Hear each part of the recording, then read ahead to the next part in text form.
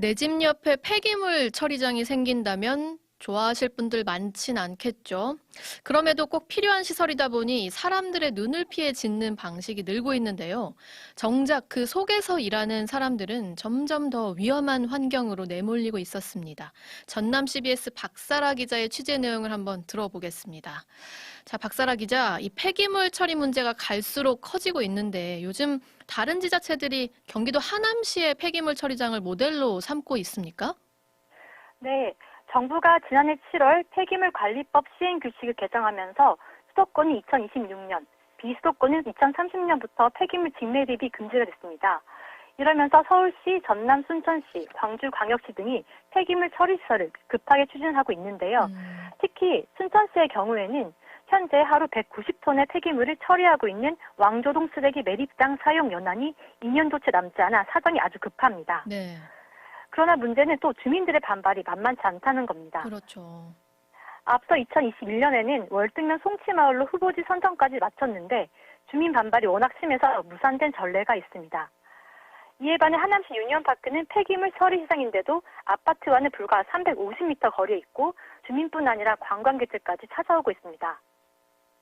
이 같은 이유로 순천시는 지난 1년간 시민 500여 명이 하남 유니온파크로 답사를 다녀오도록 했고 다른 지자체 역시 벤치마킹을 위해 하남 유니온파크를 방문하고 있는 상황입니다. 그 폐기물 처리장이 대표적인 기피 시설인데 하남시가 어떻게 만들었길래 이렇게 방문들을 많이 하시는 건지 박사라 기자가 직접 다녀오신 거죠? 네, 저도 한 2번을 방문했는데요. 처음에 입구에 도착했을 때만 해도 여기가 쓰레기 처리 시설이 맞나라는 생각이 들 정도였습니다. 네네. 네, 외관을 보면은 105m 전망대를 갖추고 있고 아래로는 물놀이장, 테니스장 등 편의시설과 바로 옆에는 또 유명 복합 쇼핑몰까지 자리하고 있기 때문인데요. 대신 폐기물 처리장은 지하에 있습니다.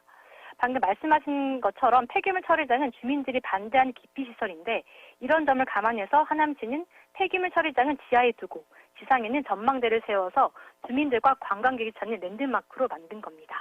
지상은 그렇게 잘 짓고 처리장은 이제 지하로 넣은 건데 그런데 지하에서 이 폐기물 처리 업무를 하는 노동자들은 좀 그 지상과 상황이 다르실 것 같아요. 어떤가요?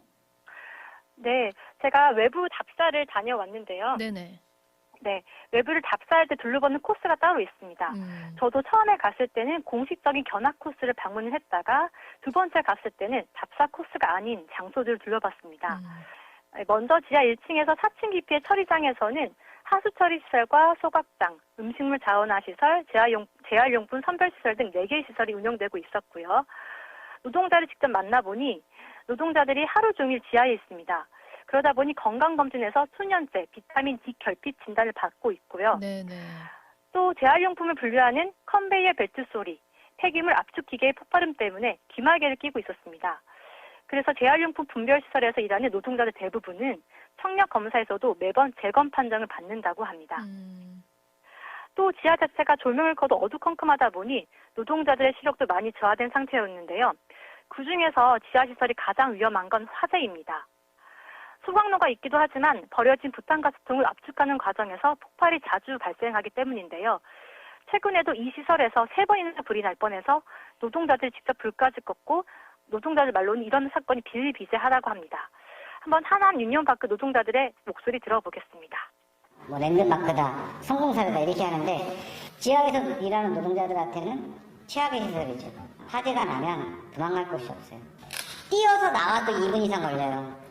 계단 타고 뭐하고 그러면 죽을 수밖에 없죠. 비타민 D 결핍에 뭐 시력, 청력 저하 그리고 화재 시에는 이제 도망갈 곳이 없다는 말씀까지. 자, 전문가들은 이런 지하 형태 폐기물 처리장에 대해서 어떻게 말씀들 하고 계신가요? 네, 일부 전문가들도 이런 지하시설에 대해서 우려를 나타내고 있습니다. 최근 지난 노동절 국회에서는 우리나라에서 처음으로 환경기초시설 노동환경 개선을 위한 토론회가 열렸었는데요. 여기서 금연아 카이스트 과학기술정책대학원 연구원은 지하 폐기물 처리시설에서 보호받지 못하는 노동자들에 대해서 느린 재난이라고 정의하기도 했습니다. 이 연구원에 따르면 느린 재난은 서서히 그러나 분명히 진행되고 있는 과정을 호명하기 위한 언어라면서 불평등한 사회 경제적 구조에 의해서 노동자들이 오랜 시간을 걸쳐 건강의 위협에 노출된다는 말이었습니다. 또한 한 노무사는 인간의 기본 권리인 생명권과 건강권을 위협하는 지하시설은 시대에 역행한 일이라고 지적하기도 했습니다. 유성규 노동건강연대 노무사입니다. 이제 생명권이나 건강권은 사람에게 있어서 가장 중요하게 고려돼야 되는 부분이거든요. 전국적으로 확산 추세에 있는 이 지하화는 그런 생명권과 건강권을 위협하고 침해할 가능성이 매우 높은 그런 시설이잖아요. 인간으로서의 가장 기본적인 권리, 침해할 이런 위험이 점점 커지고 있는 거라고 볼 수 있겠죠. 자, 근데 현실적인 상황을 또 무시할 수 없지 않습니까? 이 지상에다가 짓는 것조차 어렵잖아요. 앞으로 이 문제를 어떻게 풀어야 될까요? 네, 일단 방금 그 유성규 노동건강연대 노무사가 말하기를 만약 폐기물 시설장에서 일하게 될 노동자들이 내 가족이라면 동의하겠느냐? 그렇죠. 누구도 지하화 시설에 쉬이 동의하지 않을 거란 말을 했었습니다. 그런데도 지자체는 이런 주민 반발을 예상을 해서 처음부터 눈에 잘 띄지 않는 지하화 시설을 추진하고 있는 건데요. 이에 반해서 일본이나 독일, 덴마크 등 선진지들은 지상에 폐기물 시설을 두고 있습니다. 제가 조사한 바에 따르면은 해외에서는 지하화된 사례가 없었습니다. 예를 들어 최근 서울시가 벤치마킹한 덴마크 아마키르바케 소각장은 정화 시스템에서 오염물질을 제거해서 굴뚝에서는 미량의 수증기만 배출되는 곳이었고요. 또 이러한 사례에 따라서 외국의 이런 방향성과 또 오랜 시간 주민과 소통하며 설득해온 과정들을 참고하면서 우리나라에도 접목시켜야 한다는 전문가들의 말이 있습니다. 또 참고로 우리나라 직매립 금지법이 2021년 7월에 공포됐는데요. 인천광역시도 부랴부랴 광역소각장 3곳을 지금 추진하고 있는 상황이지만 주민 반발 등의 난관에 부딪힌 상황입니다. 네네.